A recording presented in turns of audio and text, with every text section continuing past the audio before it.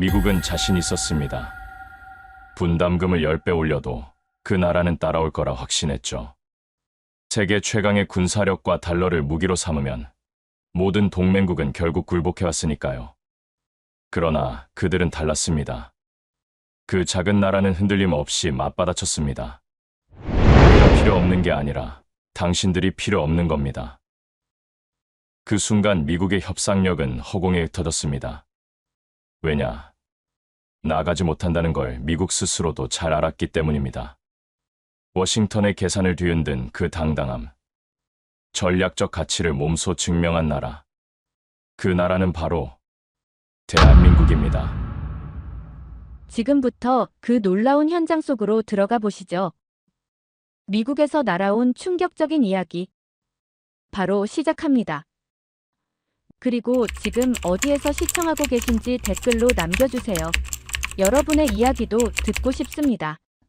그 전에 잠깐 1초 만에 누를 수 있는 좋아요 버튼을 꾹 눌러주시면 영상 제작에 큰 힘이 됩니다. 그럼 바로 사연 시작하겠습니다. 긴급 상황실 문이 벌컥 열렸습니다. 분담금 협상 결렬, 한국 측 강경 대응. 브리핑룸에서 들려오는 다급한 보고.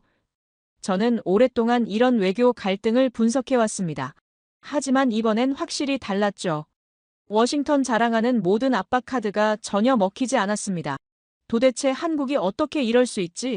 손바닥에 식은땀이 맺혔습니다. 나가라면 나가라는 한국의 당당한 한마디가 모든 계산을 무너뜨린 순간이었어요. 안녕하세요. 저는 리처드 맥컬리입니다. 월가에서 25년간 글로벌 반도체와 안보 투자를 분석해온 전문가죠. 미국 국방부와 나토에서도 자문 역할을 맡아왔고요. 그동안 수많은 국제 위기를 봐왔지만 이번만큼은 정말 달랐어요. 미국이 가진 모든 협상력이 한순간에 무력해지는 걸 본 건 처음이었습니다. 미국인으로서의 자존심이 산산조각 나는 순간이었어요. 오랫동안 월가에서 일하면서 늘 당연하게 여겨왔던 것들이 흔들리고 있었습니다. 아메리칸 드림이라는 말이 무색해질 정도로 모든 게 뒤바뀌고 있었죠. 결코 미국이라는 이름만으로는 더 이상 쉽지 않다는 걸 뼈저리게 느꼈습니다. 세계 최강국이라고 자부해왔던 우리나라가 이렇게 속수무책으로 당할 줄은 꿈에도 몰랐어요. 그런데 이 모든 게 어떻게 시작된 걸까요? 지금 생각해보니 전조는 분명히 있었어요. 몇 주 전부터 뉴욕 월가의 새벽 브리핑룸에서 매일 듣던 소식들이 점점 더 절망적으로 변해가고 있었습니다. 달러 지수는 연일 하락세를 보였고 무역 적자는 사상 최대치를 경신했죠. 제조업 지수는 10년 만에 최저점을 찍었습니다. 저는 뉴욕에서 매일 미국 경제가 무너진다는 소리를 들었습니다. 그런데 25년간 이 바닥에서 일해오면서 느끼는 직감이 있어요. 이번 위기는 단순한 경기 침체와는 차원이 달랐습니다. 뭔가 구조적인 변화가 일어나고 있다는 섬뜩한 예감이 들었죠.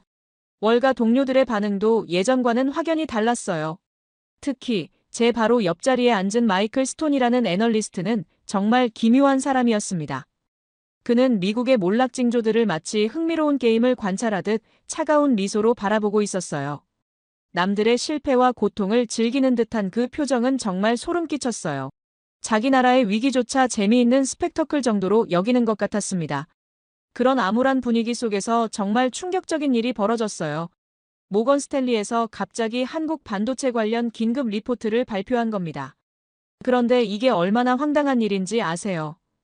불과 반년 전만 해도 그들은 빙산이 온다며 반도체 산업의 대침체를 예고했었는데, 그런데 이번엔 정반대로 슈퍼사이클이라는 단어를 당당하게 꺼내든 겁니다. 트레이딩 플로어가 순식간에 술렁거렸어요. 애널리스트들은 서로 눈짓을 주고받으며 무언가 큰 변화가 일어나고 있다는 걸 직감했습니다.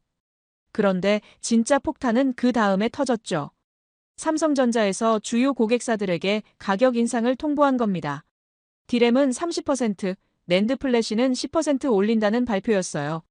디램은 컴퓨터나 스마트폰의 작업 메모리로 사용되는 핵심 부품입니다. 프로그램을 실행할 때 임시로 데이터를 저장하는 공간이죠.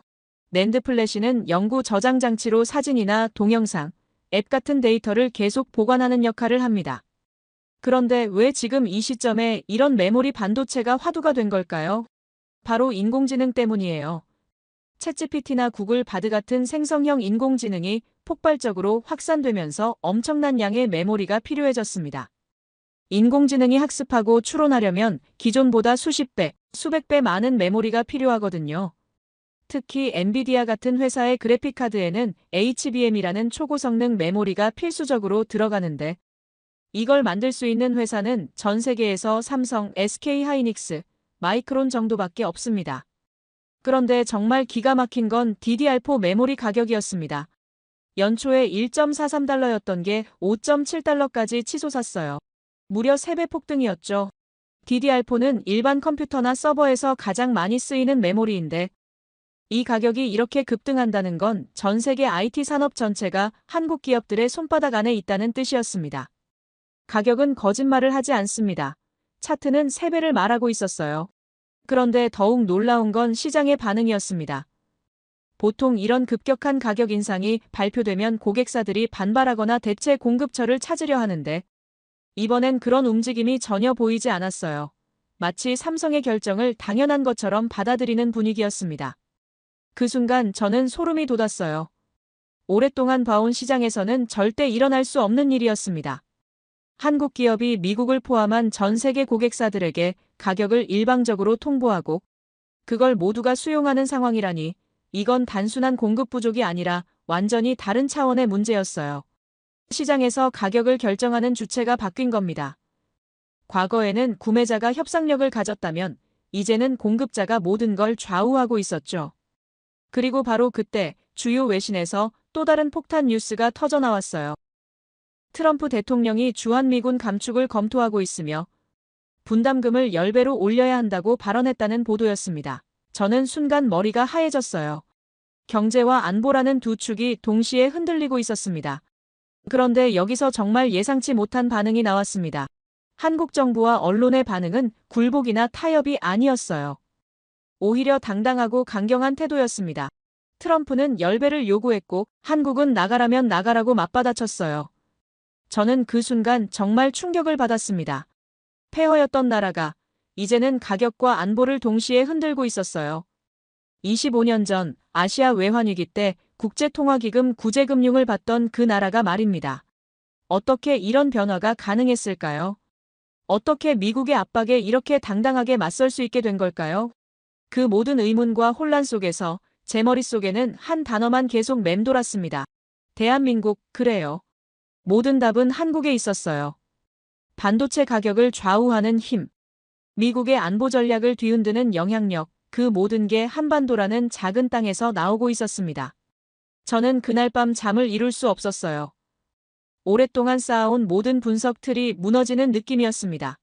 미국이 세계의 중심이고 다른 나라들은 그 주변을 도는 위성 같은 존재라고 생각해왔는데 갑자기 그 위성 중 하나가 태양처럼 빛나기 시작한 겁니다. 그 충격적인 깨달음 이후 저는 더 깊이 파고들기 시작했습니다. 한국이 어떻게 이런 놀라운 변화를 만들어낼 수 있었는지 그 비밀을 찾기 위해 밤잠을 설치며 데이터를 분석했어요. 그리고 첫 번째 단서를 발견했습니다. 바로 HBM이라는 기술이었죠. HBM은 기존 메모리보다 수십 배 빠른 속도로 데이터를 처리할 수 있는 차세대 메모리입니다. 특히 인공지능 연산의 필수적인 부품이죠. 그런데 놀라운 건 삼성이 이 HBM 생산에 올인하면서 기존 범용 메모리 생산을 대폭 줄였다는 사실이었어요. 이게 얼마나 대단한 전략인지 아시나요? 공급량을 의도적으로 조절해서 가격 통제권을 완전히 장악한 겁니다. 제가 25년간 월가에서 봐온 그 어떤 기업도 이렇게 과감한 결정을 내린 적이 없었어요. 보통은 수요가 늘면 생산량을 최대한 늘려서 매출을 극대화하려고 하는데 삼성은 정반대로 갔습니다. 양보다는 질, 매출보다는 지배력을 선택한 거죠. 이건 단순한 사업 전략이 아니라 완전히 새로운 패러다임이었습니다. 그런데 여기서 더욱 놀라운 사실을 발견했어요. 엔비디아의 차세대 GPU에 들어가는 HBM 용량이 얼마나 되는지 아세요? 무려 288GB입니다. 불과 1년 전만 해도 144GB였는데 2배로 늘어난 겁니다. 더 충격적인 건 앞으로 테라바이트급 메모리 시대가 열릴 거라는 전망이었어요. 1TB면 1024GB인데 이런 엄청난 용량의 메모리가 인공지능 때문에 필요해진 겁니다. AI는 메모리를 삼키고 메모리는 권력을 만든다는 걸 그때 깨달았습니다. 챗GPT나 클로드 같은 생성형 인공지능이 인간처럼 대화하고 글을 쓰려면 어마어마한 양의 데이터를 메모리에 올려놓고 실시간으로 처리해야 하거든요. 그런데 이런 초고성능 메모리를 만들 수 있는 회사는 전 세계에서 삼성, SK하이닉스, 그리고 미국의 마이크론 정도밖에 없었어요. 그 중에서도 삼성이 압도적인 기술력과 생산 능력을 가지고 있었습니다. 그런데 여기서 또 다른 혁명이 일어나고 있었어요. 바로 HDD에서 SSD로의 대대적인 교체 작업이었습니다. HDD는 기계식 하드디스크고 SSD는 반도체 기반 저장 장치인데 속도와 안정성 면에서 비교할 수 없을 정도로 SSD가 우수합니다. 그런데 놀랍게도 전 세계 SSD 시장에서 삼성이 1위를 차지하고 있었어요. 스마트폰부터 노트북, 데이터 센터까지 모든 곳에서 삼성 SSD가 사용되고 있었습니다. 저는 그 순간 소름이 돋았어요. 삼성이 단순히 메모리 회사가 아니라는 걸 깨달았기 때문입니다. 이들은 미래의 디지털 세상에서 필요한 모든 핵심 부품을 장악하고 있었어요. 인공지능 시대의 두뇌 역할을 하는 HBM부터 모든 데이터를 저장하는 SSD까지 디지털 생태계의 심장부를 완전히 지배하고 있었던 겁니다. 그런데 더욱 흥미로운 건 경쟁국들의 상황이었어요. 우선 중국을 보면 정말 기가 막혔습니다. 미국의 반도체 장비 수출 제재로 인해 완전히 발목이 잡힌 상태였어요. 반도체를 만드는 데 필요한 핵심 장비들을 구할 수 없게 되면서 기술 발전이 멈춰버린 겁니다. 특히 ASML이라는 네덜란드 회사의 EUV 노광 장비 없이는 최첨단 반도체 생산이 불가능한데 이 장비를 중국에 팔 수 없게 되었어요. 중국 정부는 수백억 달러를 투자해서 자체 반도체 산업을 키우려고 했지만 결과는 참담했습니다. 기술 격차가 너무 커서 단시간에 따라잡기 어려웠고 설령 기술을 개발한다 해도 양산 경험이 없어서 품질과 수율에서 한국 기업들을 따라갈 수 없었어요. 중국은 제재에 막혔다는 표현이 정확했습니다. 그렇다면 일본은 어떨까요? 일본도 마찬가지로 안타까운 상황이었어요. 일본은 분명 반도체 소재와 장비 분야에서는 여전히 세계 최고 수준입니다. 시네스화학의 실리콘 웨이퍼, 도쿄일렉트론의 제조 장비, JSR의 포토레지스트 등 핵심 소재들은 아직도 일본이 독점하고 있어요. 하지만 정작 메모리 반도체에서는 완전히 주도권을 상실했습니다. 1980년대와 1990년대 일본은 메모리 반도체의 왕이었어요. 도시바, 히타치, NEC 같은 회사들이 전 세계 시장을 장악하고 있었죠. 그런데 2000년대 들어서면서 한국의 삼성과 SK하이닉스에게 완전히 추월당했습니다. 일본 기업들은 기술 개발에는 뛰어나지만 대규모 투자와 과감한 사업 전환에는 보수적이었어요. 그 결과 메모리 반도체 시장에서 점점 밀려나기 시작했습니다. 저는 그 자료들을 보면서 한 가지 명확한 결론에 도달했어요. 중국은 제재에 막혔고 일본은 역사의 페이지에 남았다는 것이었습니다. 현재 메모리 반도체 시장은 사실상 한국의 동무대가 되어버린 겁니다. 삼성과 SK하이닉스가 전 세계 디램 시장의 70% 이상을 차지하고 있고 낸드 플래시 시장에서도 절반 가까운 점유율을 가지고 있었어요. 그런데 여기서 정말 놀라운 발견을 했습니다. 한국 기업들이 단순히 시장 점유율만 높은 게 아니라 기술적으로도 한 발 앞서 있다는 사실이었어요. 삼성은 세계 최초로 3D 낸드 플래시를 상용화했고 HBM3라는 최신 규격의 메모리도 가장 먼저 양산했습니다. SK하이닉스도 CXL이라는 차세대 메모리, 인터페이스 기술에서 앞서가고 있었죠. 이건 단순한 제조업이 아니라 기술 혁신의 영역이었습니다. 한국 기업들이 메모리 반도체 분야에서 글로벌 스탠다드를 만들어가고 있는 겁니다. 다른 나라들은 한국이 만든 기술을 따라가기에도 급급한 상황이었어요.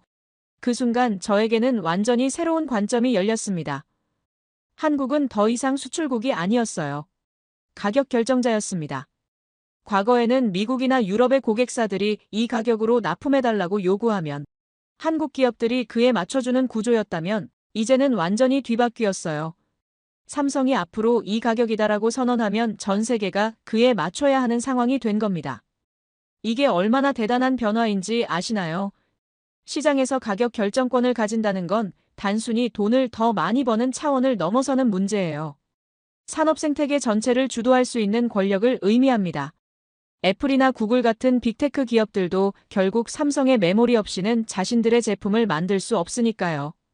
세계가 삼성의 장단에 맞춰 춤추고 있다는 표현이 과장이 아니었어요.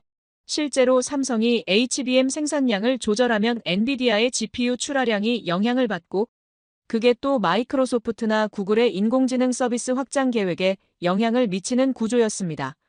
한국의 작은 반도체 회사 하나가 실리콘밸리 전체를 좌우하고 있는 셈이었죠. 그런데 여기서 정말 소름 끼치는 사실을 발견했어요. 이 모든 변화가 우연이 아니라는 점이었습니다. 삼성과 SK하이닉스는 10년 전부터 이미 인공지능 시대를 예측하고 준비해왔어요. HBM 기술에 막대한 투자를 했고 3D 낸드 플래시 기술을 선점했으며 생산 능력도 지속적으로 확대해왔습니다. 마치 미래를 내다본 듯한 완벽한 전략이었어요. 반면 미국 기업들은 어땠을까요? 인텔은 메모리 사업을 포기하고 CPU에만 집중했다가 지금 와서 후회하고 있고 마이크론은 기술력에서 한국 기업들에게 밀리고 있는 상황입니다. 애플이나 엔비디아 같은 회사들은 설계는 잘하지만 실제로 칩을 만드는 기술은 없어서 삼성이나 대만의 TSMC에 의존할 수밖에 없어요. 이런 상황을 종합해보면 결론은 하나였습니다. 한국이 메모리 반도체라는 21세기 석유를 독점하고 있다는 것이었어요. 20세기에 사우디아라비아가 석유로 세계를 쥐고 흔들었다면 21세기에는 한국이 메모리로 그 역할을 하고 있는 겁니다. 아니, 석유보다도 더 중요할지 모릅니다. 석유 없이는 자동차를 못하지만 메모리 없이는 스마트폰도 컴퓨터도 인공지능도 모두 작동할 수 없으니까요. 저는 그날 밤 정말 충격을 받았습니다. 지금까지 한국을 단순한 제조업 국가 정도로 생각해왔는데 실제로는 미래 기술의 핵심을 장악한 강국이었던 겁니다. 이제 저에게는 더 깊이 파고들어야 할 이유가 생겼어요. 이 놀라운 변화가 어떻게 가능했는지, 그리고 앞으로 어떤 일들이 벌어질지 알아봐야겠다는 강한 충동을 느꼈습니다. 그 깨달음 이후 며칠 뒤 월가 전체가 뒤집어지는 사건이 벌어졌습니다. 모건 스탠리를 시작으로 골드만삭스, JP모간, 바클레이스까지 주요 투자은행들이 줄지어 삼성전자 목표 주가를 상향 조정한 겁니다. 마치 도미노가 넘어지듯 하나씩 하나씩 발표가 이어졌어요. 저는 그 광경을 보면서 정말 소름이 돋았습니다. 이런 집단적 전향은 처음 봤어요. 보통은 각 회사마다 서로 다른 관점을 가지고 경쟁하는데 이번만큼은 모든 애널리스트들이 한 목소리를 냈습니다. 그것도 불과 몇 달 전까지 회의적이었던 사람들이 말이죠. 이건 단순한 의견 변화가 아니라 패러다임 전환이었어요. 특히 제 동료인 마이클 스톤의 반응이 인상적이었습니다. 평소에 남들과 반대로 가는 걸 즐기던 그가 이번엔 조용했어요. 오히려 불편해 보였죠. 모든 사람이 같은 방향을 바라보는 상황을 못마땅해하는 듯한 표정이었습니다. 그는 항상 시장의 광기를 비웃으며 혼자만의 길을 가던 사람이었는데 이번엔 그마저도 반박할 논리를 찾지 못하고 있었어요. 낙관은 의견이지만 가격은 진실입니다. 시장이 말하는 진실은 명확했어요. 한국 반도체 기업들의 가치가 근본적으로 재평가되고 있다는 것이었죠. 이건 일시적인 호재나 투기적 움직임이 아니라 장기적 관점에서의 구조적 변화를 반영한 것이었습니다. 그런데 정말 흥미로운 건 그 변화의 핵심에 온디바이스 AI라는 개념이 자리 잡고 있다는 점이었어요. 기존에는 인공지능이 클라우드에서만 돌아갔다면 이제는 우리 손안의 스마트폰, 집에 있는 컴퓨터, 심지어 자동차에까지 AI가 들어가는 시대가 온 겁니다. 모든 기기가 스스로 생각하고 판단하는 똑똑한 기계로 변하고 있었어요. AI는 데이터를 먹고 한국은 기억을 만든다는 표현이 딱 맞는 상황이었습니다. 인공지능이 제대로 작동하려면 엄청난 양의 데이터를 실시간으로 처리해야 하는데 그러려면 더 많은 메모리가 필요해요. 스마트폰 하나에도 예전보다 몇 배나 많은 메모리가 들어가고 자동차에는 자율주행을 위해 수십 개의 AI 칩과 메모리가 탑재됩니다. 상상해보세요. 집집마다, 차마다 한국 메모리가 들어간다는 걸 말입니다. 전 세계 모든 가정과 모든 차량이 한국산 메모리 없이는 제대로 작동할 수 없는 시대가 온 겁니다. 이건 단순한 부품 공급을 넘어서는 문제예요. 현대 문명의 신경계 역할을 한국이 담당하게 된 셈이었죠. 그런 맥락에서 볼 때 각국 정부와 기업들이 한국에 대해 보이는 태도 변화도 이해할 수 있었습니다. 예전에는 우리가 주문하면 만들어주는 협력업체 정도로 여겼다면 이제는 없으면 안 되는 핵심 파트너로 인식이 바뀐 거예요. 협상에서도 한국의 목소리가 훨씬 커졌고 각종 국제회의에서도 한국의 의견이 중요하게 다뤄지기 시작했습니다. 기관 투자자들과의 미팅에서도 분위기가 완전히 달라졌어요. 예전에는 한국 반도체가 언제까지 좋을까요? 라는 식의 의구심 섞인 질문이 많았다면 이제는 어떻게 더 많이 투자할 수 있을까요? 라는 적극적인 자세로 바뀌었습니다. 그리고 모든 미팅에서 공통적으로 나오는 표현이 있었어요. 이번은 사이클이 아니라 구조다라는 말이었습니다. 이 한마디가 모든 걸 설명했어요. 과거 반도체 업계는 호황과 불황이 주기적으로 반복되는 사이클 산업으로 여겨졌습니다.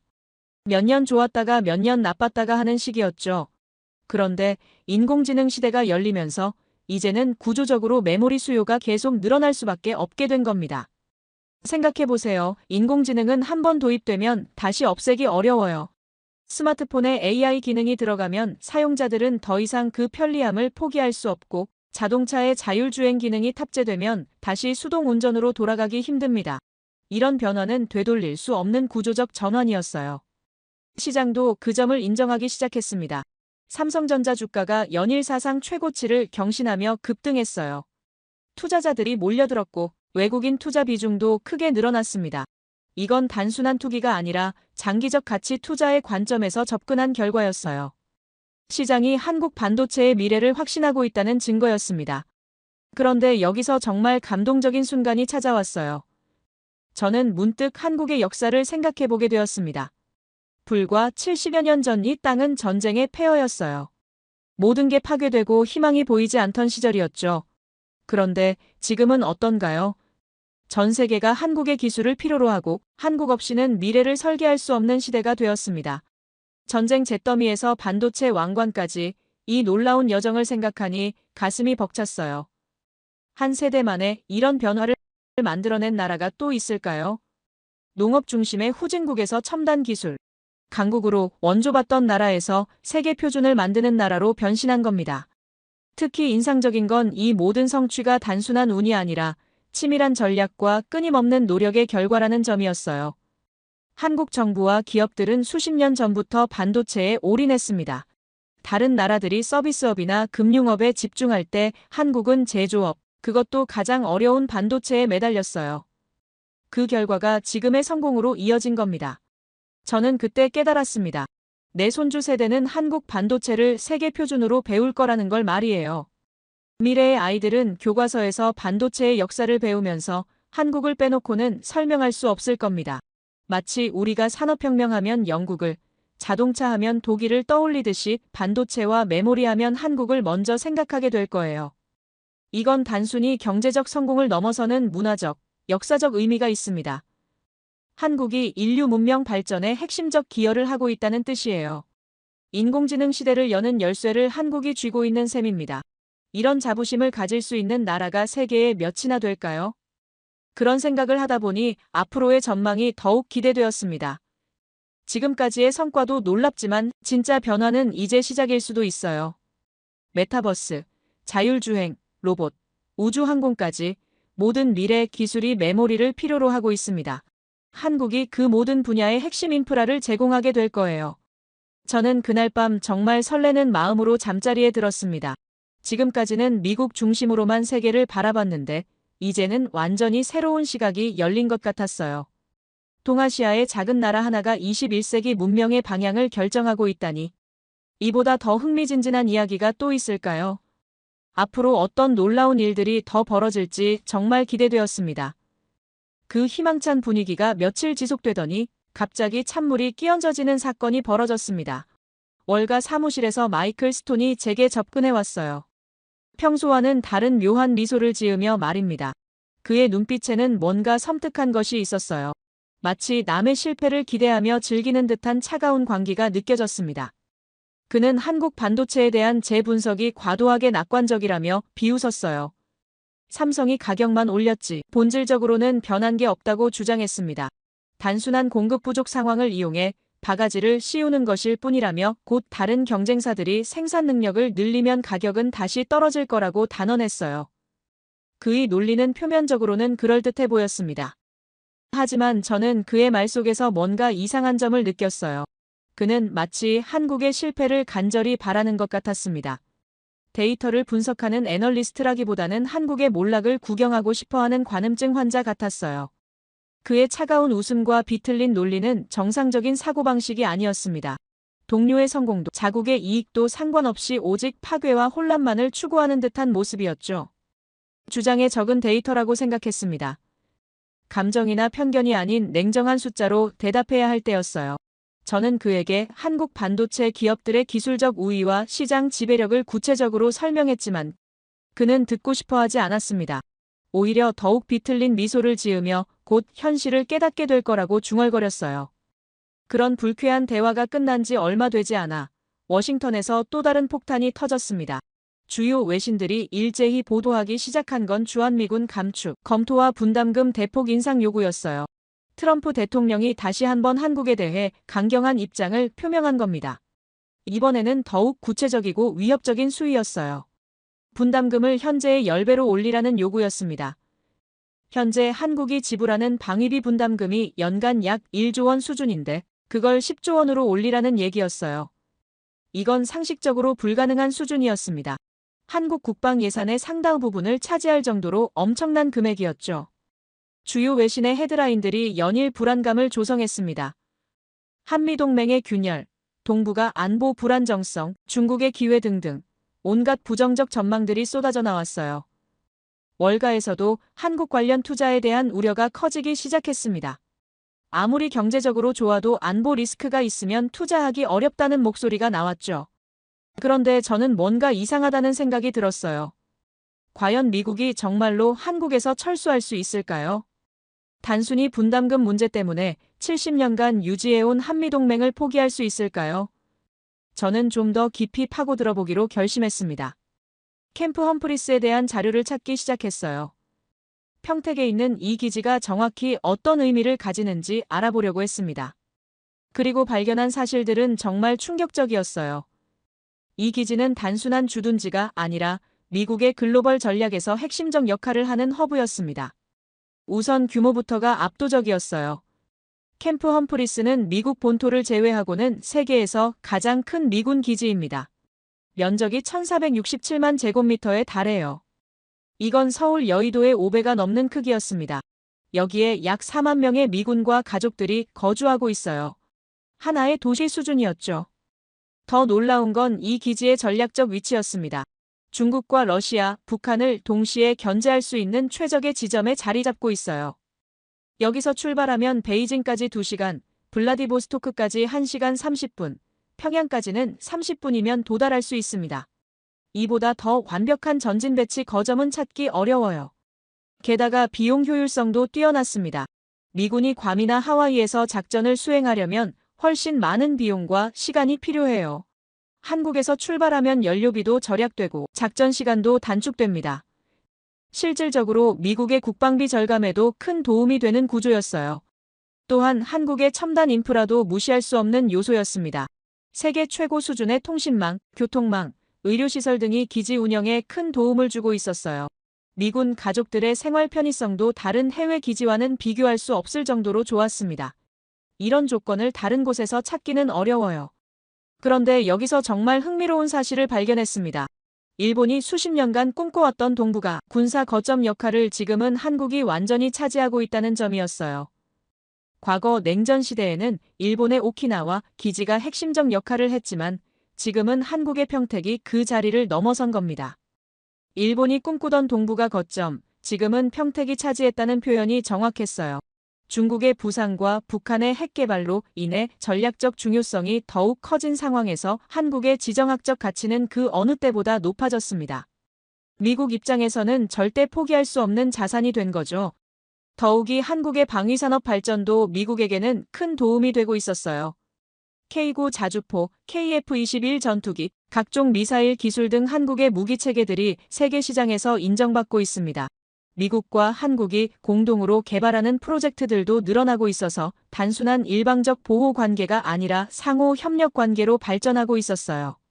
그리고 가장 중요한 건 핵 문제였습니다. 북한의 핵 능력이 계속 고도화되고 있는 상황에서 한국에서의 철수는 상상하기 어려웠어요. 만약 미군이 철수한다면 한국이 자체적인 핵무기 개발에 나설 가능성도 있습니다. 그렇게 되면 동북아 전체가 핵 도미노 상황에 빠질 수 있어요. 일본도 핵무장을 검토할 것이고 대만도 마찬가지일 겁니다. 미국 입장에서는 핵 확산 방지라는 관점에서도 한국 주둔을 유지해야 할 필요성이 있었어요. 한국에 확장 억제를 제공함으로써 한국의 독자적 핵 개발 욕구를 억제하는 효과가 있기 때문입니다. 이런 복합적인 이유들로 인해 실제 철수는 거의 불가능에 가까웠어요. 저는 이런 분석을 통해 하나의 결론에 도달했습니다. 트럼프의 숫자는 협박이었고 한국의 숫자는 실력이었다는 것이었어요. 분담금 인상 요구는 협상용 카드일 뿐이고 실제로는 미국이 한국을 더 필요로 하는 상황이라는 걸 깨달았습니다.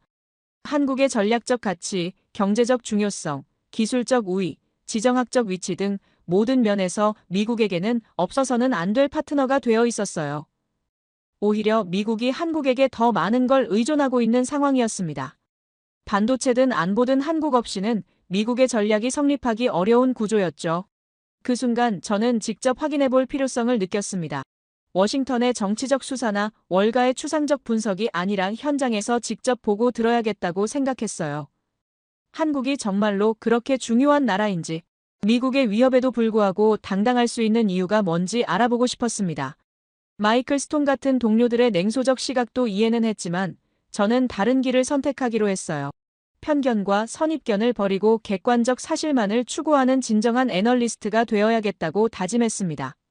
진실은 현장에서 확인해야 한다는 신념으로 한국행을 준비하기 시작했어요. 저는 그날 밤 항공편을 예약했습니다. 뉴욕에서 서울로 가는 비행기표를 끊으면서 정말 설레는 마음이었어요. 책상에서만 분석하던 것들을 직접 눈으로 확인할 수 있는 기회였습니다. 과연 한국이 정말 미국과 맞설 수 있는 힘을 가졌는지. 그 답을 찾으러 가는 여행이었죠. 인천공항에 발을 디딘 순간부터 뭔가 달랐습니다. 오랫동안 전 세계 출장을 다니면서 수많은 공항을 경험해봤지만 이곳의 미래지향적인 설계와 여행객 편의성은 정말 인상적이었어요. 자동화된 시설들이 곳곳에 배치되어 있고 안내 시스템도 직관적이어서 처음 오는 사람도 쉽게 길을 찾을 수 있었습니다. 입국 절차부터 교통 연결까지 모든 것이 시계처럼 정확하게 돌아가고 있었죠. 평택으로 향하는 길에서 저는 더욱 놀랐습니다. 서울에서 평택까지 신속하고 편리한 교통 연결에 감탄했어요. 뉴욕에서 워싱턴 가는 것보다 훨씬 편리했습니다. 창밖으로 보이는 풍경도 인상적이었어요. 첨단 도시와 전통이 자연스럽게 어우러져 있는 모습이었죠. 캠프 험프리스에 도착했을 때 저는 정말 충격을 받았습니다. 이 스케일은 미국에도 없다는 생각이 들었어요. 기지 규모도 엄청났지만 더 놀라운 건 운영의 효율성이었습니다. 보안 검색부터 시설 안내까지 모든 것이 체계적으로 이루어지고 있었어요. 마치 하나의 완벽한 도시를 보는 것 같았습니다. 기지 내부를 둘러보면서 만난 미군 장병과 가족들의 이야기는 더욱 흥미로웠어요. 한 베테랑 중사는 자신이 독일, 일본, 이탈리아 등 여러 해외 기지를 경험해봤지만 한국만큼 살기 좋은 곳은 없었다고 말했습니다. 특히 안전 문제에 대해서는 감탄을 금치 못했어요. 새벽 2시에도 아내와 아이들이 기지 밖을 자유롭게 돌아다닐 수 있다는 말을 들었을 때 정말 놀랐습니다. 안전은 통계로만 측정할 수 없습니다. 새벽거리에 서면 바로 느끼는 거예요. 그 중사의 아내는 한국에 온 지 2년 됐는데 단 한 번도 위험하다고 느낀 적이 없다고 했어요. 밤늦게 편의점에 가거나 아이들과 공원을 산책해도 전혀 걱정이 없다는 겁니다. 이런 환경에서 생활하는 미군 가족들의 만족도가 높을 수밖에 없었죠. 팀 문화가 없는 대신 서비스 질이 오히려 더 좋다는 평가였습니다. 팁 대신 품질, 소음 대신 질서라는 표현이 딱 맞았어요. 식당에서 음식을 주문하면 반찬이 무한 리필로 나오는데 추가 비용이 전혀 없다는 점에 많은 미군 가족들이 놀랐다고 했습니다. 김치, 콩나물, 시금치 같은 다양한 반찬들을 마음껏 먹을 수 있으면서도 서비스 직원들이 정말 친절하게 대해준다는 거예요. 돈 때문이 아니라 기본적인 서비스 정신으로 고객을 대한다는 인상을 받았다고 했어요. 그런데 정말 충격적인 건 따로 있었습니다. 한국 배치를 받은 미군들의 반응을 담은 영상을 봤는데 정말 믿을 수 없는 광경이었어요. 배치 명령을 받은 장병들이 환호하며 춤을 추고 있었습니다. 마치 복권에 당첨된 것처럼 기뻐하는 모습이었죠. 한국행 배치를 축제로 맞는 미군, 그 자체가 답이었습니다. 보통 해외 파병이라고 하면 가족과 헤어져야 하는 힘든 일로 여기는데 한국 배치만큼은 완전히 다른 반응을 보이는 겁니다. 오히려 기회로 여기는 분위기였어요. 이런 현상은 정말 드문 일이었습니다. 저는 직접 서울 시내로 나가서 대중교통을 이용해 봤습니다. 지하철을 타고 여러 구간을 돌아다녀 봤는데 정말 놀라웠어요. 우선 스크린도어가 모든 역사에 설치되어 있다는 점이 인상적이었습니다. 이 시설은 승객 안전을 위한 건데 뉴욕 지하철과는 비교할 수 없는 수준이었어요. 청결도도 놀라웠고요. 쾌적함과 신속함도 대단했어요. 열차가 정확한 시간에 들어오는데 오차가 거의 없었습니다. 그리고 승객들의 질서 의식이 정말 인상적이었어요. 줄을 서서 기다리고 내리는 사람이 먼저 나간 다음에 타는 문화가 완전히 정착되어 있었습니다. 러시아워에도 밀치고 다투는 일 없이 질서정연하게 움직이는 모습을 보고 감탄했어요. 버스도 마찬가지였어요. 배차 간격이 정확하고 승하차가 빠르게 이루어졌습니다. 기사들도 친절했고 차량 상태도 깨끗했어요. 무엇보다 교통카드 하나로 지하철, 버스, 심지어 택시까지 모두 이용할 수 있다는 점이 정말 편리했습니다. 이런 통합 시스템은 다른 나라에서 찾아보기 어려운 수준이었죠. 그런데 여기서 정말 놀라운 발견을 했습니다. 젊은 미군들 사이에서 한국 문화에 대한 관심이 폭발적으로 늘고 있다는 사실이었어요. 한 젊은 병사는 한국 배치가 끝나도 계속 한국에 살고 싶다고 말했어요. 미국으로 돌아가는 것보다 한국에서 전역 후에도 생활하는 걸 고려하고 있다는 겁니다. 이런 케이스가 점점 늘어나고 있다는 얘기를 들었을 때 정말 놀랐습니다. 편의점 문화도 정말 인상적이었어요. 24시간 운영되는 편의점이 거의 모든 골목마다 있고 그곳에서 거의 모든 생활 서비스를 해결할 수 있었습니다. 음식부터 생활용품, 심지어 택배 발송까지 가능했어요. 그런데 더욱 놀라운 건 치안 상황이었습니다. 밤 12시가 넘어도 편의점에서 혼자 쇼핑하는 여성들을 많이 봤어요. 이건 미국과 비교하면 정말 큰 차이였습니다. 뉴욕에서는 밤늦게 혼자 편의점에 가는 건 상당히 위험한 일로 여겨져요. 특히 여성들은 더욱 조심해야 하고요. 그런데 한국에서는 새벽 2시에도 20대 여성이 혼자서 편의점에서 쇼핑하고 있는 모습을 자연스럽게 볼 수 있었습니다. 이런 안전 수준은 정말 놀라웠어요. 편의점 직원들도 친절했고 시설도 깨끗하게 관리되고 있었습니다. 특히 음식 품질이 좋다는 점도 인상적이었어요. 편의점에서 파는 도시락이나 김밥이 미국의 패스트푸드보다 훨씬 건강하고 맛있다는 걸 직접 확인했습니다. 그 모든 경험을 종합해보니 하나의 결론에 도달했습니다. 이제 나는 숫자만 보는 애널리스트가 아니라는 걸 깨달았어요. 경제 지표나 주가 차트로는 설명할 수 없는 힘이 있다는 걸 직접 체험한 겁니다. 안전, 편의, 질서, 문화 이런 것들이 만들어내는 종합적인 매력이 바로 한국의 진짜 경쟁력이었어요. 한국은 경제와 군사뿐만 아니라 생활과 문화 면에서도 세계 최고 수준에 도달해 있었습니다. 이 세 축이 조화롭게 결합되어 있기 때문에 미군들이 한국 배치를 선호하고 젊은 세대들이 한국 문화에 열광하는 거였어요. 이런 소프트 파워는 돈으로 살 수 없는 자산이었습니다. 저는 그날 밤 호텔에서 정말 많은 생각을 했습니다. 지금까지 한국을 단순히 반도체 강국 정도로만 이해했는데 실제로는 경제, 안보, 문화 모든 면에서 균형 잡힌 발전을 이룬 나라였던 겁니다. 이런 종합적인 국력이 있기 때문에 미국의 압박에도 당당하게 맞설 수 있는 것이었어요. 그 깊은 성찰의 밤을 보낸 다음 날 저는 더욱 적극적으로 한국의 현실을 탐구하기 시작했습니다. 서울 시내 곳곳을 돌아다니며 이 나라의 진짜 모습을 더 깊이 들여다보고 싶었어요. 그런데 오전 일찍부터 제 휴대폰에 뉴욕 동료들의 메시지가 쏟아지기 시작했습니다. 워싱턴에서 다시 한번 한국 관련 이슈가 불거졌다는 소식이었죠. 마이클 스톤으로부터 온 메시지는 특히 기묘했어요. 그는 마치 기다렸다는 듯이 한국 관련 부정적 뉴스들을 전해왔습니다. 주요 외신에서 보도된 워싱턴 고위층의 감축론의 재개 소식, 분담금 협상 교착 상황, 그리고 무엇보다 반도체 시장에 대한 새로운 우려들이었어요. 그의 메시지 톤에는 뭔가 섬뜩한 만족감이 드러나 있었습니다. 마치 남의 불행을 기다렸다가 확인하고 기뻐하는 듯한 느낌이었죠.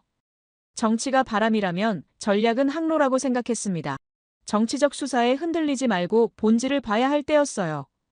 하지만 시장은 그렇게 냉정하지 못했습니다. 뉴욕에서 아침 개장과 함께 한국 관련 주식들이 하락세를 보이기 시작했다는 소식이 들려왔어요. 더욱 심각한 문제는 HBM 생산 병목 현상에 대한 우려였습니다. 몇몇 업계 전문가들이 제기한 문제점들이 언론을 통해 확산되기 시작한 겁니다. HBM 제조 공정의 복잡성과 필요한 특수 장비의 공급 부족으로 인해 단기간 내 대량 증산이 어려울 수 있다는 분석이었어요. 이런 기술적 한계가 실제로 존재한다면 현재의 가격 상승이 지속 가능하지 않을 수도 있다는 우려였습니다. 월가에서는 다시 한번 거품론이 고개를 들기 시작했어요. 일부 애널리스트들은 한국 반도체 기업들의 주가 상승이 과도하다며 조정이 불가피하다고 주장했습니다.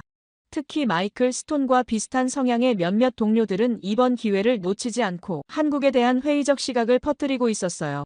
그들의 논리는 표면적으로는 합리적으로 보였지만 그 이면에는 뭔가 비틀린 욕망이 숨어 있는 것 같았습니다.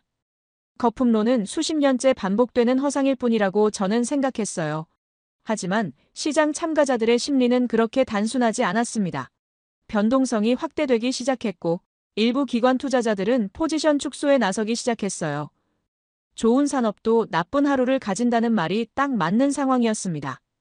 그런 혼란스러운 상황에서 저는 우연한 기회로 정말 중요한 만남을 가질 수 있었습니다. 서울에서 열린 한 세미나에 참석하게 되었는데 그곳에서 한국 반도체 업계의 핵심 인물들과 라운드 테이블 형식의 대화를 나눌 수 있었어요. 참석자들은 대부분 익명을 요구했지만 그들의 이야기는 정말 귀중한 통찰을 제공해 주었습니다. 그들이 전하는 내용은 외부의 추측과는 상당히 달랐어요. 삼성과 SK 하이닉스 등 주요 기업들의 공급 조절 전략은 단순한 기회주의적 판단이 아니라 장기적 관점에서 수립된 치밀한 계획이라는 것이었습니다. HBM 증설에 대한 우려도 있지만 이미 수년 전부터 준비해온 투자 계획들이 단계적으로 실행되고 있다는 설명이었어요. 특히 인상적이었던 건 그들의 CAPEX 전략에 대한 설명이었습니다. 설비 투자를 무작정 늘리는 게 아니라 시장 상황과 기술 발전 단계에 맞춰 최적화된 투자를 진행하고 있다는 거였어요. 이런 접근 방식은 과거 반도체 업계에서 흔히 볼 수 있었던 과잉 투자의 실수를 반복하지 않기 위한 학습된 지혜라고 할 수 있었습니다. 또한 중국과의 기술 격차가 생각보다 훨씬 크다는 점도 확인할 수 있었어요. 미국의 제재 효과가 예상보다 강력하게 작용하고 있고 중국 기업들이 따라잡기 위해서는 최소 5년 이상의 시간이 필요할 것이라는 분석이었습니다. 이는 한국 기업들에게 충분한 시간적 여유를 제공하는 요소였죠. 일본 기업들과의 관계도 흥미로웠어요.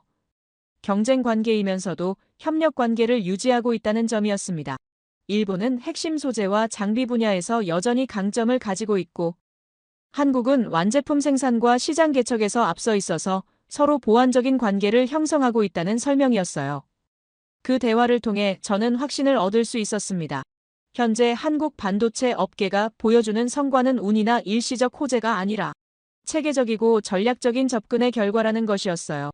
물론 단기적인 변동성이나 기술적 한계는 존재할 수 있지만 전체적인 방향성은 분명히 한국에게 유리하다는 판단이었습니다. 저는 그날 밤 호텔로 돌아가면서 나는 한국의 구조적 우위를 본다는 확신을 가질 수 있었어요.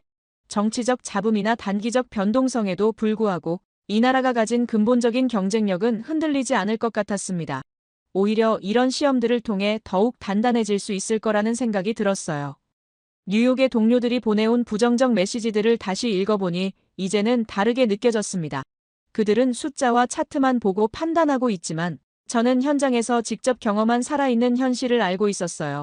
이런 차이가 앞으로의 투자 성과에도 큰 영향을 미칠 것 같았습니다. 한국에서의 마지막 날 저는 정말 운이 좋았습니다. 우연한 기회로 최강혁이라는 분을 만날 수 있었어요. 그는 아시아태평양전략연구소에서 정책실장을 맡고 있는 인물이었는데 한국의 국가전략과 경제정책 전반을 분석하는 전문가였습니다.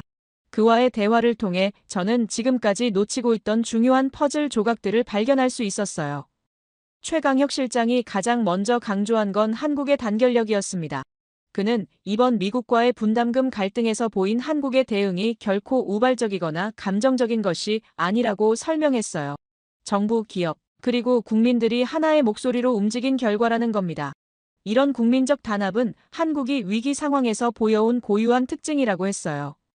그의 설명에 따르면 한국은 외부 압박이 거세질수록 오히려 더 강하게 뭉치는 특성이 있다고 합니다. 과거 외환위기 때 국민들이 금을 모아서 나라를 구한 일화. 2008년 금융위기 때 보인 결속력, 그리고 최근 코로나19 상황에서 보인 협력 정신까지 모든 게 이런 맥락에서 이해할 수 있다는 거였어요. 이번 미국과의 갈등도 마찬가지로 국민적 공감대가 형성되었다는 분석이었습니다. 바로 그때 놀라운 소식이 날아들었습니다. 삼성전자의 실적 프리뷰가 발표된 겁니다. 저는 급히 자료를 확인해 봤는데 정말 충격적인 숫자들이었어요. 디램 평균 판매 가격이 전분기 대비 45%나 상승했고 이것이 그대로 영업이익 폭증으로 이어졌습니다. 반도체 업계의 레버리지 효과가 완벽하게 작동한 거였어요. 가격 결정력은 산업의 왕관이라는 표현이 이보다 더 적절할 수는 없었습니다. 최강혁 실장은 이 결과를 보고 미소를 지었어요. 예상했던 시나리오대로 흘러가고 있다는 표정이었습니다. 그는 한국 기업들이 이런 성과를 낼 수 있었던 배경에는 정부와 민간의 긴밀한 협력이 있었다고 설명했어요. 특히 제품 믹스 전환 전략이 핵심이었다고 했습니다. HBM과 고부가 같이 SSD 중심으로 생산 라인을 재편한 것이 완벽하게 맞아떨어진 거예요. 제품 믹스는 전투의 전술이었다는 말이 정말 와닿았습니다. 같은 투자로도 훨씬 더 큰 수익을 낼 수 있는 구조를 만든 거였죠. 그런데 더욱 놀라운 소식이 이어졌습니다. 워싱턴에서 며칠 전까지 연일 이슈가 되었던 주한미군 감축설이 갑자기 조용해졌다는 보도가 나온 겁니다. 주요 외신들이 일제히 보도하던 내용들이 하루아침에 사라진 거였어요. 이런 급작스러운 변화가 우연일 리는 없었습니다. 최강혁 실장은 이런 상황을 예측하고 있었다는 듯한 표정을 지었어요. 그는 미국 내부에서도 한국의 전략적 가치에 대한 재평가가 이루어졌을 것이라고 분석했습니다. 반도체 공급망 위기, 중국과의 기술 패권 경쟁. 그는 특히 한국의 대응 방식에 주목했습니다. 과거였다면 협상 테이블에서 최대한 양보안을 찾으려 했겠지만 이번에는 나가라면 나가라는 식으로 정면 대응했다는 겁니다. 이런 자신감 있는 태도, 변화가 미국을 당황하게 만들었을 거라고 분석했어요. 나가라면 나가라는 그 당당함이 역풍을 반전으로 바꿨다는 생각이 들었습니다. 한국이 보인 이런 강경한 자세의 배경에는 분명한 근거가 있었어요. 경제적 실력, 기술적 우위, 그리고 무엇보다 국민적 지지가 뒷받침되어 있었기 때문입니다. 최강혁 실장은 이런 변화가 단순히 정부 차원의 결정이 아니라고 강조했어요. 국민 여론조사에서도 압도적으로 강경 대응을 지지하는 목소리가 높았다는 겁니다. 온라인상에서도 미국의 일방적 요구에 굴복해서는 안 된다는 의견이 주류를 이뤘고 이런 국민적 공감대가 정부의 협상력을 더욱 강화시켰다는 분석이었어요. 더욱 흥미로운 건 기업들의 반응이었습니다. 삼성을 비롯한 주요 대기업들도 정부의 강경 대응을 지지하는 입장을 보였다는 거예요. 과거에는 기업들이 정치적 갈등을 회피하려는 경향이 강했는데 이번에는 오히려 적극적으로 정부 정책에 동참하는 모습을 보였다는 겁니다. 이런 정부 마이너스 기업 간 협력도 한국의 힘을 보여주는 요소였어요. 국제적으로도 한국에 대한 시각이 변하고 있다는 분석이었습니다. 최강혁 실장은 최근 각국 정부와 기업들이 한국을 바라보는 관점이 완전히 달라졌다고 설명했어요.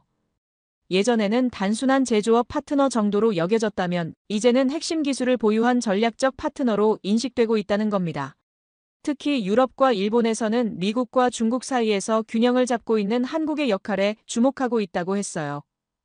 어느 한쪽에 완전히 기대지 않으면서도 자국의 이익을 최대화하는 전략이 다른 중간 국가들에게는 모범 사례로 여겨지고 있다는 분석이었습니다. 그런 대화를 나누던 중에 정말 상징적인 소식이 들어왔어요. 소셜미디어를 통해 주한미군 장병들의 메시지들이 화제가 되고 있다는 거였습니다. 미국은 한국을 배워야 한다는 내용의 게시물들이 확산되고 있다는 소식이었어요. 이런 현상은 정말 전례가 없는 일이었습니다. 최강혁 실장은 이런 메시지들이 단순한 개인적 감상이 아니라 더 깊은 의미를 가진다고 해석했어요. 한국에서 실제로 생활해본 미국인들이 한국의 시스템과 문화에서 배울 점이 많다는 걸 직접 체험했기 때문이라는 분석이었습니다. 이런 증언들이 미국 내 여론 변화에도 영향을 미칠 수 있을 거라고 봤어요. 실제로 미국 내 일부 언론에서도 한국의 사회 시스템에 대한 긍정적 평가가 늘어나고 있다는 보도가 나오기 시작했습니다. 대중교통, 디지털 인프라, 의료 시스템, 교육제도 등 다양한 분야에서 한국이 미국보다 앞서 있다는 분석들이 등장했어요. 이런 변화는 정말 상징적이었습니다. 저는 그 순간 깨달았어요. 이제 힘의 균형이 완전히 바뀌었다는 걸 말입니다. 미국이 한국에게 일방적으로 요구할 수 있던 시대는 끝났어요. 오히려 한국이 없으면 미국도 곤란해지는 상황이 된 겁니다. 반도체든 안보든 한국의 역할이 너무 중요해졌거든요. 최강혁 실장은 마지막으로 정말 인상적인 말을 했어요. 이번 사태를 통해 한국이 진정한 의미의 독립을 이뤘다는 거였습니다. 경제적으로도 외교적으로도 다른 나라의 눈치를 보지 않고 자국의 이익을 당당하게 추구할 수 있는 단계에 도달했다는 분석이었어요. 이런 변화는 하루아침에 이뤄진 게 아니라 수십 년간의 노력이 축적된 결과라고 했습니다. 저는 그날 밤 호텔에서 정말 많은 생각을 했습니다. 나는 오늘 한국을 모델이라 부른다는 확신이 들었어요. 작은 나라가 어떻게 큰 나라와 당당하게 맞설 수 있는지, 위기를 기회로 바꿀 수 있는지 한국이 보여준 사례는 정말 교과서적이었습니다. 이제 저에게는 새로운 과제가 생겼어요. 이런 놀라운 변화를 미국의 투자자들과 정책 결정권자들에게 어떻게 전달할 것인지 고민해야 했습니다. 한국은 더 이상 우리가 가르쳐야 할 나라가 아니라 우리가 배워야 할 나라가 되었다는 메시지를 전해야 했어요. 인천공항 출국장에서 저는 정말 복잡한 감정에 휩싸였습니다. 며칠 전 이곳에 도착했을 때는 단순한 출장 정도로 생각했는데 지금은 완전히 다른 사람이 된 기분이었어요. 25년간 쌓아온 모든 관점이 뒤바뀐 상태에서 미국으로 돌아가야 한다는 부담감이 정말 컸습니다. 공항 라운지에서 마지막으로 한국을 바라보면서 저는 깊은 성찰에 빠졌어요. 과연 미국이 지금까지 올바른 길을 걸어왔을까요? 우리는 너무 오랫동안 세계 최강국이라는 자만에 빠져 있었던 것은 아닐까요? 다른 나라들을 가르치고 이끌어야 할 대상으로만 바라보면서 정작 우리가 배워야 할 것들을 놓치고 있었던 건 아닐까 하는 생각이 들었습니다. 한국에서 목격한 현실은 정말 충격적이었어요. 경제적으로는 반도체라는 21세기 핵심 자원을 완전히 장악하고 있었고, 안보적으로는 미국조차 포기할 수 없는 전략적 거점을 제공하고 있었으며, 문화적으로는 젊은 세대들이 꿈꾸는 이상적인 삶의 모델을 보여주고 있었습니다. 이 세 축이 완벽하게 조화를 이루고 있는 나라를 저는 처음 봤어요. 하드웨어에는 품질을, 도시는 규율을 담았다는 표현이 정말 적절했습니다. 한국이 보여준 발전 모델은 단순히 경제 성장에만 집중한 게 아니라 사회 전반의 질적 향상을 동시에 추구한 결과였어요.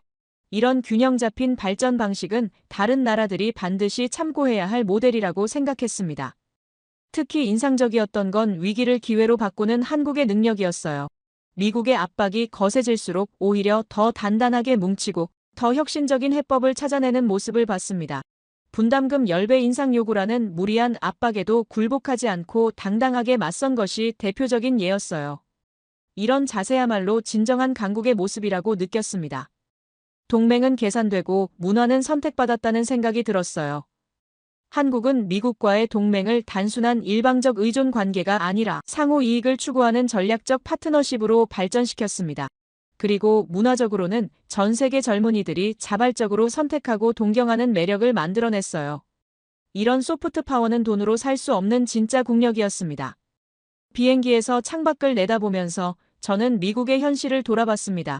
우리는 지금까지 힘으로만 문제를 해결하려고 했던 것은 아닐까요? 다른 나라들에게 일방적인 요구만 하면서 정작 그들이 원하는 것이 무엇인지는 제대로 파악하지 못했던 건 아닐까요? 이런 접근 방식으로는 진정한 동맹을 만들 수 없다는 걸 한국에서 깨달았습니다. 한국이 보여준 모델에서 가장 중요한 교훈은 협력의 힘이었어요.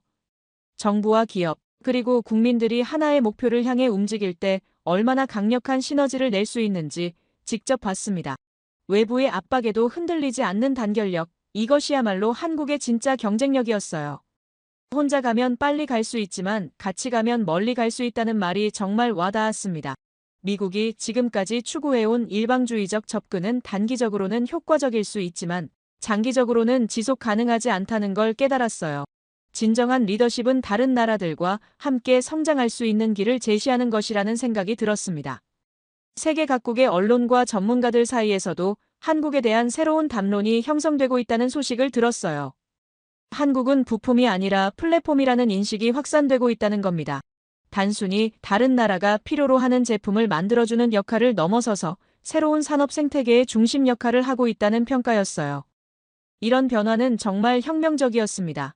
과거에는 선진국이 기술과 자본을 제공하고 개발도상국이 노동력을 제공하는 단순한 구조였다면, 이제는 한국처럼 기술 혁신과 시장 창조를 동시에 해내는 새로운 유형의 국가가 등장한 겁니다. 이런 모델은 다른 많은 나라들에게도 희망과 영감을 주고 있었어요. 뉴욕에 도착해서 다시 월가로 돌아가면서 저는 새로운 각오를 다졌습니다. 이제 세계는 한국을 교과서라 부른다는 확신이 들었어요. 앞으로 제가 해야 할 일은 이런 변화를 미국의 투자자들과 정책 결정권자들에게 정확하게 전달하는 것이었습니다.